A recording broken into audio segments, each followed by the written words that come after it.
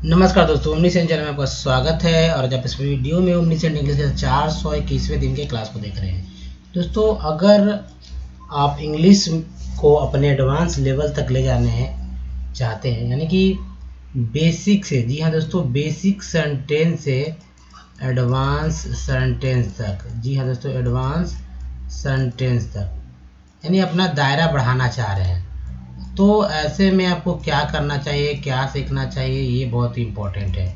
तो देखिए, अगर आप फ्रेजेस, इडियम्स, प्रोवर्ब्स वगैरह सीखते हैं तो आपका लेवल जो है बेसिक सेंटेंस से एडवांस लेवल वाले सेंटेंस में पहुंच जाएगा।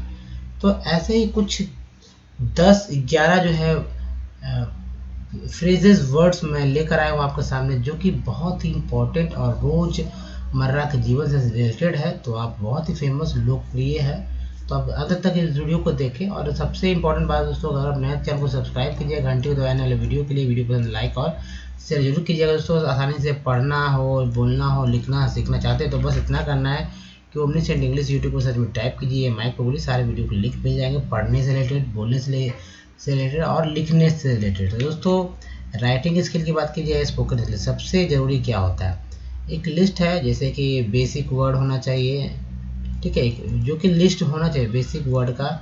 उसके बाद वर्ब का जो है लिस्ट होना चाहिए, वर्ब जो कि तीनों रूप में होता है।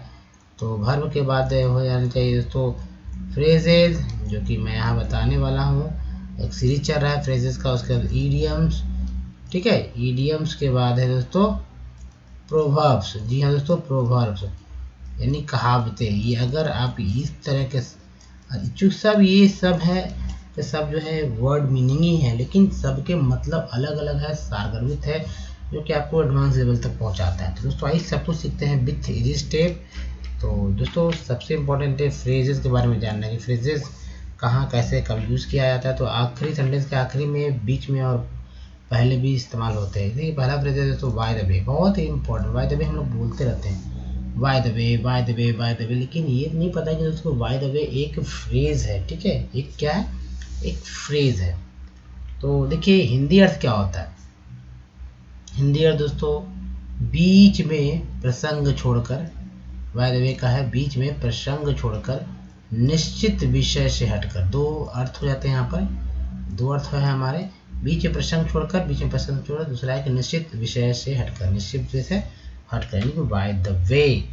अब देखिए प्रयोग देखते, एग्जाम्पल देखते हैं। तो ये एग्जाम्पल है, he by the way inquired about my health, ठीक है। ये सेंटेंस जो सब्जेक्ट के बाद ही आ गया है, ये बाय द वे, जो कि हमारा फ्रेज है। इसका मतलब होता है बीच में प्रसंग छोड़कर, निश्चित विषय से हटकर। देखिए हिंदी में जैसे दोस्तों इसे बोलेंगे, उन्होंने अपने विषय, ठीक है, उन्होंने अपने विषय से, यानी विषय से हटकर, ठीक है, निश्चित यानी कि अपने विषय से हटकर, बीच ही में मेरे स्वास्थ्य के संबंध में पूछताछ की। तो ये तो प्रयोग था। तो आपको याद रखना है बाय द वे का हिंदी क्या होता है, और जब आप प्रयोग करना चाहेंगे तो आप कर सकते हैं। हिंदी में ही आप इस तरह के वर्ड जो है फ्रेज के हिंदी जो अर्थ है उसका घुसा कर बोलेंगे और उस तरह से बनाएंगे। चलिए नेक्स्ट देखते हैं। और ये देखिए दोस्तों, नेक्स्ट हमारा है फ्रेज कैशल्स इन द एयर। कैशल्स पढ़ने में आना चाहिए, कैसे पढ़ते हैं, तो कैशल्स, ठीक है, कैशल्स इन द एयर, कैशल्स, ठीक है, कैशल्स आधा ला है, तो कैशल्स, कैशल्स इन द एयर, हिंदी अर्थ हो जाता है हवाई किले। बहुत ही बोलते रहते हैं हम लोग, बहुत ही हवाई किला बनाता है वह बहुत ही हवाई किला बनाता है। तो इसके लिए सेंटेंस में कैसे यूज़ करेंगे ये देखिए।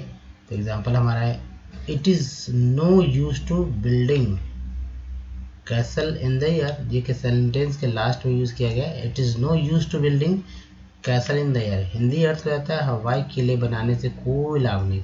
ये बहुत ही फेमस लाइन है, और इसको अगर याद कर लिया जाए, it is no use to building castles in the air, तो जब आपको बोलना हो, कोई जब डींगे हाँकता हो तो आप बोल सकते हैं हवाई किले बनाने की कोई लाभ नहीं है, it is no use to building castles in the air, ठीक है। नेक्स्ट देखते हैं दोस्तों, और नेक्स्ट हमारा है कैसल इन द एयर के बाद phrase cry in the wilderness. Cry in the wilderness. Hindi अर्थ हो जाता है दोस्तों अरण्य दोहन।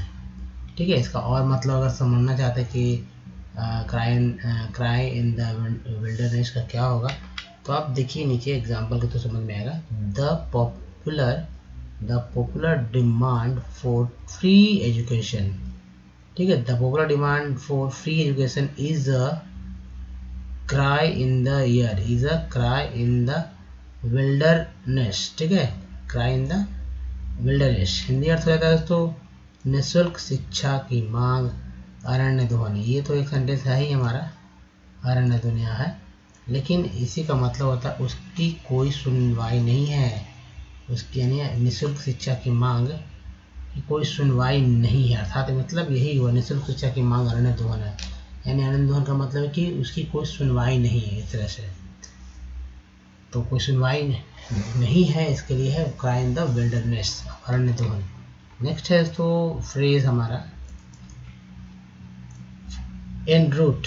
यह दोस्तों एन रूट हिंदी अर्थ हो जाता है रास्ते में। ठीक है, क्या हो जाएगा हिंदी अर्थ रास्ते में भाई, ये हमारा फ्रेज है। और एग्जांपल है दोस्तों I halted at Allahabad en route to Shri Vrindavan. ठीक है, हॉल्ट मीन्स ठहरना होता है, तो हॉल्टेड हो गया। अब देखिए हिंदी अर्थ समझिए, मैं वृंदावन जाते समय इलाहाबाद में ठहरा। मैं वृंदावन जाते समय इलाहाबाद में ठहरा। आप इस तरह के दूसरे सेंटेंस भी बना सकते हैं दोस्तों इस तरह की। I halted at Delhi in route to Jammu and Kashmir. ठीक है, यानी कि मैं जम्मू कश्मीर जाते समय दिल्ली में ठहरा। सिंपल सा बात है, आप समझ सकते हो। चलिए नेक्स्ट देखते हैं, और ये हमारा नेक्स्ट फ्रेज है तो इन रूट के बाद फ्रेज एयर लॉन्ग, और इसका हिंदी अर्थ होता है तो शीघ्र ही, यानी कि इंस्टेंटली। अब एग्जाम्पल देखिए, चूँकि फ्रेज हमारा है, एग्जाम्पल देख लीजिए। You are reckless and you will have to rue it ere long. देखिए RUE को बोलते हैं रू। ठीक है, रू बोलते हैं, याद रखेंगे इस बात को। हिंदी में अगर तुम उच्छृंखल हो और शीघ्र ही तुम्हें इसके लिए पछताना पड़ेगा। तो रू का मतलब क्या होता है, तो रू का मतलब होता है पछताना। जी हाँ दोस्तों, रू मीन्स पछताना। चलिए नेक्स्ट देखते हैं, तो फ्रेज हमारा है नेक्स्ट वाला एवरी नाउ एंड देन, और ये हमारा है हिंदी अर्थ इसका हो जाता है प्रायः। ठीक है, प्रायः एग्जाम्पल है दोस्तों एवरी नाउ एंड देन ये हो गया हमारा फ्रेज। ही कंप्लेन्स अगेंस्ट समबडी। देखिए है हिंदी, वह प्रायः किसी के विरुद्ध शिकायत करता रहता है। वह प्रायः जो है हमेशा किसी के विरुद्ध जो है शिकायत करते रहता है, कभी कभी ऐसा भी होता है। चलिए नेक्स्ट देखते हैं, तो फ्रेज हमारा है फेस टू फेस। बहुत ही इंपॉर्टेंट लोकप्रिय फेस टू फेस है ना, फेस टू फेस बात करना भैया, यानी कि आमने सामने बात करना है, रूबरू में बात करना है। हिंदी अर्थ तो यही है दोस्तों फेस टू फेस का मतलब। और एग्जाम्पल है when I was face to face with him, जब मैं उसके साथ या उसके सामने रूबरू या आमने सामने था। तो आई टोल्ड हिम एवरीथिंग, तो मैंने उसे सब कुछ कह दिया, जब मैं रूबरू हुआ मैंने उनसे सब कुछ कह दिया।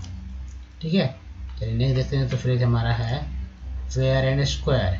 देखिए फेयर एंड स्क्वायर, और हिंदी अर्थ है ईमानदार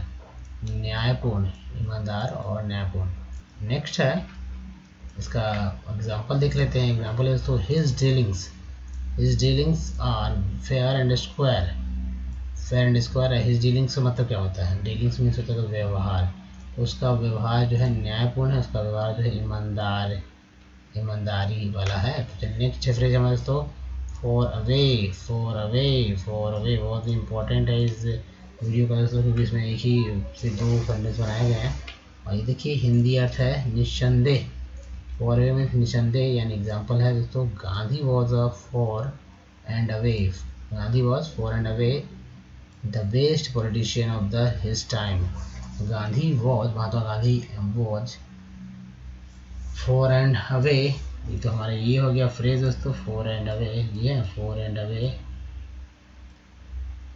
the best politician of his time, यानी हिंदी अर्थ दोस्तों गांधी जी निस्संदेह अपने ज़माने के सबसे बड़े राजनीतिज्ञ थे। चलिए नेक्स्ट देखते हैं। तो एक से और फिर से इसी चीज़ को एक बार कर, few and far between, few and far between, ये कुछ देख लीजिए। मैं आप तो हिंदी अर्थ है तो संख्या में कम, क्या संख्या में, few and far between. Example है तो true friend are now, true friend are now few and far between, fewer far between, few true friend are now few and far between। Hindi अर्थ है दोस्तों सच्चे दोस्तों की संख्या बहुत कम है। तो ये सेंटेंस याद रख लीजिए, true friend are now few and far between, सच्चे दोस्तों की संख्या बहुत कम है। चलिए बहुत अच्छी बात है दोस्तों, और कम दोस्त बनाए, अच्छे रहें, खुश रहें। Phrase flash and blood, flash and blood, और हिंदी अर्थ है तो मानव प्रकृति और सगे संबंधी। दो एक एग्जाम्पल है दोस्तों, flesh and blood can not brook such insult, can not brook such insult, यानी कि हिंदी में मानव ऐसे अपमान को सहन नहीं कर सकता है, मानव ऐसे को सहन नहीं कर सकता। नेक्स्ट है फ्रेज जो हमारे पास, इट्स वही सेम फ्लैश एंड ब्लड, यानी सगे संबंधी, हिंदी अर्थ है तो सगे संबंधी, यहाँ पर अर्थ यही लिया गया। Example, he is my own flesh and blood, he is my own flesh and blood. अब देखिए है दोस्तों, हिंदी वे हमारे अपने सगे संबंधी है। तो इस वीडियो में यहीं तक दोस्तों। ये वीडियो कैसा लगा बताइए, अगर अच्छा लगा तो प्लीज़ लाइक कीजिए, शेयर कीजिए, नहीं तो चैनल को सब्सक्राइब कीजिए घंटे को आने वाले वीडियो के लिए। तो धन्यवाद, ठाकुर जी मिलते हैं लोग में, तो ध्यान रखिए, धन्यवाद दोस्तों।